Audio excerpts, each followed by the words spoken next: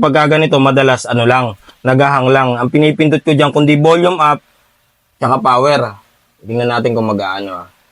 15 seconds. Tingnan natin kung bubuka. Okay na, nakita nyo? Ganun lang. Pagka na madalas nagahang, yun lang yung volume up, tsaka power, didiinan mo 15 seconds. Pagka ayaw, volume down, plus power, 15 seconds. Sa mga Android yun, madalas to sa Oppo, Vivo, mga nagahang. Ayun naman po, wala naman bayad to. Kasi, syempre, wala naman akong ginawa ulit. Oh my God! Wow! Okay ba, Tay?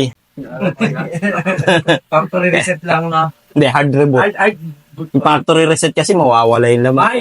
Natin sa customer natin na walang bayad to. Ayun po, Tay. Hindi po ako naniningil, Tay. Sige po, ingat po kayo. Salamat po. Ayun po, nakita nyo wala tayong siningil doon kahit piso. Basta't kapag naghang po sa Oppo, Vivo, Realme, ganun lang po ang gagawin. Isang pindot sa up plus power. Diinan yung volume up tsaka power hanggang mag-restart. O kaya volume down plus power hanggang mag-restart.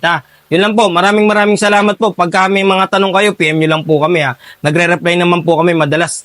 I-PM nyo po kami sa FB page namin. Shilo Marian Cellphone Repair. Yun lang po. Maraming salamat po. God bless.